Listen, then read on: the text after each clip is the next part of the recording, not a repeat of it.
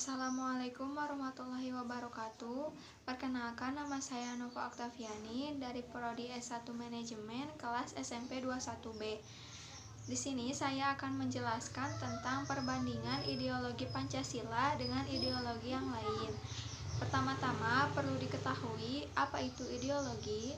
Ideologi adalah ilmu yang meliputi kajian tentang asal-usul dan hakikat ide atau gagasan, atau dapat juga diartikan bahwa ideologi adalah suatu pemikiran yang berisikan tentang nilai-nilai tertentu untuk mencapai suatu tujuan tertentu. Pancasila adalah ideologi negara Indonesia. Sebagai dasar negara Indonesia, Pancasila memiliki peran yang sangat penting dalam kehidupan bermasyarakat, berbangsa, dan bernegara. Selain ideologi Pancasila, ada banyak ideologi lain yang berkembang di berbagai negara, seperti ideologi liberalisme, ideologi kapitalisme, ideologi komunisme, dan ideologi sosialisme. Ada ideologi liberalisme, yang merupakan suatu paham yang memberikan kebebasan kepada masyarakatnya secara individual, sehingga kesejahteraan masyarakatnya bukan merupakan tanggung jawab negara. Yang kedua, ada ideologi komunisme. Ideologi ini memiliki prinsip bahwa semua adalah milik rakyat dan dikuasai oleh pemerintah untuk kemakmuran rakyatnya secara merata.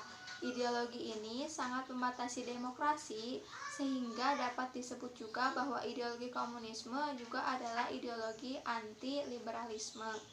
Kemudian ada ideologi sosialisme. Ideologi ini lebih mengedepankan persamaan atau pemerataan derajat antar sesama masyarakatnya. Perbandingan ideologi ini dapat terbagi dalam beberapa aspek. Yang pertama ada aspek hukum.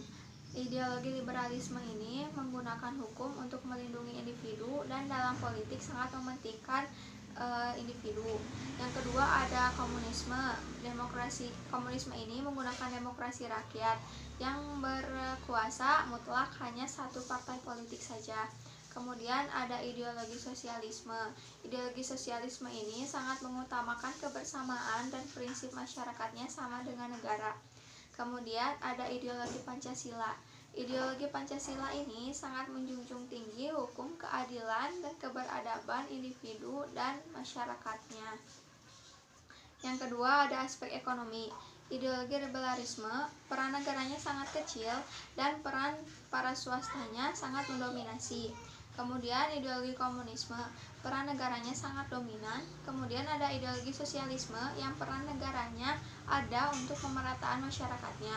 Kemudian ada ideologi Pancasila, peran negaranya ada untuk tidak terjadinya monopoli. Yang ketiga ada aspek agama. Liberalisme, agama merupakan urusan pribadi. Masyarakat bebas memilih agama dan bebas memeluk agama atau tidak. Kemudian ada ideologi komunisme. Ideologi komunisme ini menjunjung tinggi bahwa agama harus dijauhkan dari masyarakatnya. Ada ideologi sosialisme, agamanya sangat mendorong perkembangan kebersamaan. Kemudian ideologi Pancasila, bahwa masyarakatnya bebas memilih agama, agama harus menjiwai dalam kehidupan berbangsa dan bernegara, sesuai dengan sila Pancasila yang pertama.